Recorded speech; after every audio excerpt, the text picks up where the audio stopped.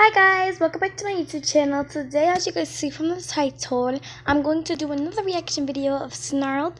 I actually said that in my other video that I was going to do the Little Mermaid one, but I ended up I wanted to do something scary.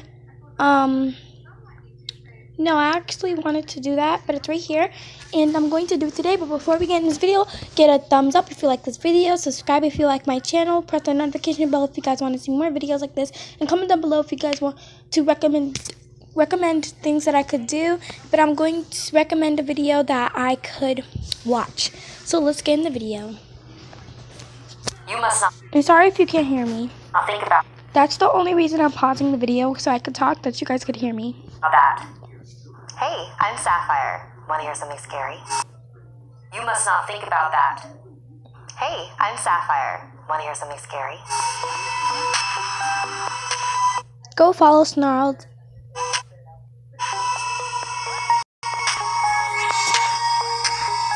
Tomorrow is Valentine's Day, a day that brings joy to many and misery to others. In honor of this holiday, I wanted to share one of my favorite stories about the scary Happy late Valentine's Day.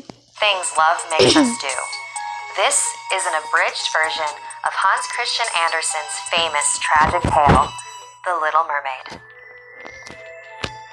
Far out in the ocean, the water is as blue as the petals of the loveliest cornflower and as clear as the purest glass. But it is very deep, too. Yeah, it's really deep. It goes down deeper than any anchor rope will go, and many, many steeples would have to be stacked one on top of another to reach from the bottom to the surface of the sea. That's really, really, really deep, yo. Like, that's mad deep. And people, if you guys keep saying mermaids aren't real, first of all, they didn't even search like 10% of the ocean yet. So how do you guys know if it's real or not? So they probably are real, because people are like, oh, they're not real, honey. Yeah, they are. They're probably real. Like they said that aliens are not real. They didn't search the whole galaxy. So don't think that just because you think that something's not real, just because it hasn't get proven yet, you are wrong, because they didn't even search like the whole world yet. So yeah. It is down there that the sea folk live. There was the Sea Queen, along with her granddaughters, the Sea Princesses. They were 6 lovely girls, but the youngest was the most beautiful of them all. Duh, they don't have wrinkles. She don't have wrinkle on her face. Her skin was as soft and tender as a rose petal, and her eyes were as blue as the deep sea. But like all the others, she had no feet. Her body ended in a fishtail. The Little Mermaid loved hearing stories about the human world above. Her grandmother told her all she knew about ships and cities and of people and animals. The flowers were fragrant up there, for those at the bottom of the sea had no scent. When Wow, they don't have scent. you are 15, her grandmother said, you will be allowed to rise up out of the ocean and sit on the rocks in the moonlight to watch the great ships sailing by. On her 15th birthday, the Little Mermaid rose up to the surface and watched a birthday celebration being held on a ship in honor of a handsome prince.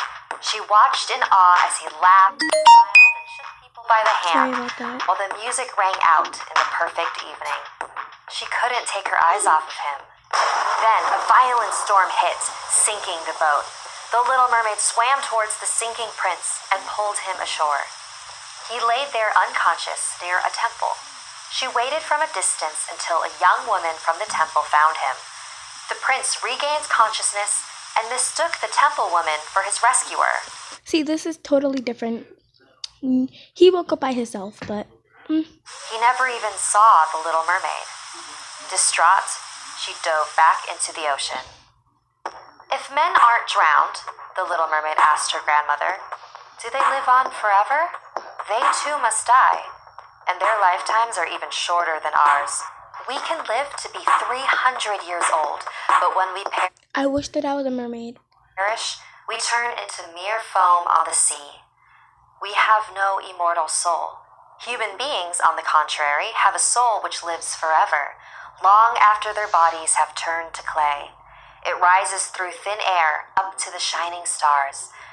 Just as we rise through the water to see the lands on earth, so men rise up to beautiful places unknown, which we shall never see. I would gladly give up my 300 years if I could be a human for a day and later share in that heavenly realm. You must not think about that. Okay, that's stupid. I would not give up my 300 years of life when humans have like 90, I think the longest someone lived before I think was 120, but still that's really short compared to 300. We are much better off than the folk up there. The little mermaid, longing for the prince and an eternal soul. Sorry about that.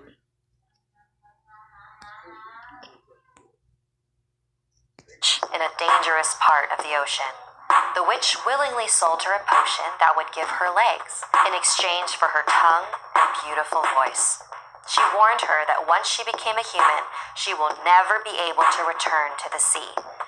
And she will only obtain a soul if she won the love of the prince and married him. Otherwise, at dawn on the first day after he married someone else, the little mermaid would die with a broken heart and dissolve into sea foam upon the waves. After she agreed to the arrangement, the little mermaid swam to the surface. That's stupid. You don't even know him. He don't know you. First, I would try to make a love connection while I'm a mermaid, and then when I get out, then I would have married him straight when I get out if he loves me. Like, you know what I mean? Like, she's stupid. Near the prince's palace and drank the potion. The liquid felt like a sword piercing through her body, and she passed out on the shore, naked. When she came to, the prince was standing above her. He asked her where she came from, but she couldn't speak. He pulled her up, and for the first time she saw her 2 new human legs. He walked her back to his palace to give her clothes, but every step she took was agony. It felt like she was stepping on knives. It was horribly unpleasant, but she knew this was part of the bargain. Over time, the little mermaid and the prince became great friends, but unfortunately, nothing more. When the prince's parents encouraged their son to marry, he asked for the temple woman's hand, for he thought she was the one who rescued him after the storm. So the little mermaid had no choice but to silently witness the prince marry his new bride aboard a wedding ship. After the ceremony, she looked to the east to see the first red hint of daybreak, for she knew that the first flash of the sun would strike her dead. Then she saw her sisters rise up among the waves. There was no sign of their lovely long hair that the breezes used to blow. It had all been cut off. "We have given our hair to the witch," they said, "so that she would send you help and save you from death tonight. She gave us this knife. Before the sun rises, you must strike it into the prince's heart, and when his warm blood bathes your feet, they will grow together and become a fishtail. Then you will be a mermaid again, and you can come back to us in the sea and live out your 300 years. Hurry! Come back to us, sister. We miss you."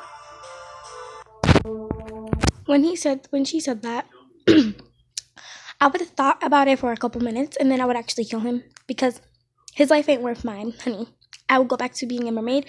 First of all, I wouldn't even drink the potion. Second of all, I would have, if I did want to marry him before I drank the potion, like I said before, I will make a love connection with him and tell him I saved you. He might not believe that.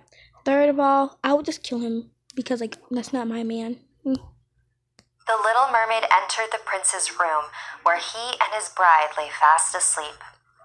Slowly, she raised the magic blade above his head, and she heard him speak his bride's name in his sleep.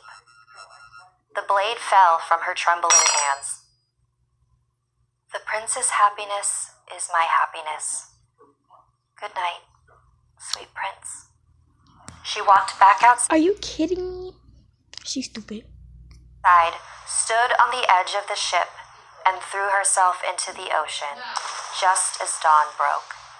Her body dissolved into foam, but instead of ceasing to exist, she turned into a luminous and ethereal earthbound spirit, a daughter of the air. Because of her selflessness, she was given the chance to earn a soul, and after 300 years of good deeds to humanity, she will rise up to where no mermaid had been before. If you love this story, I like this story, but I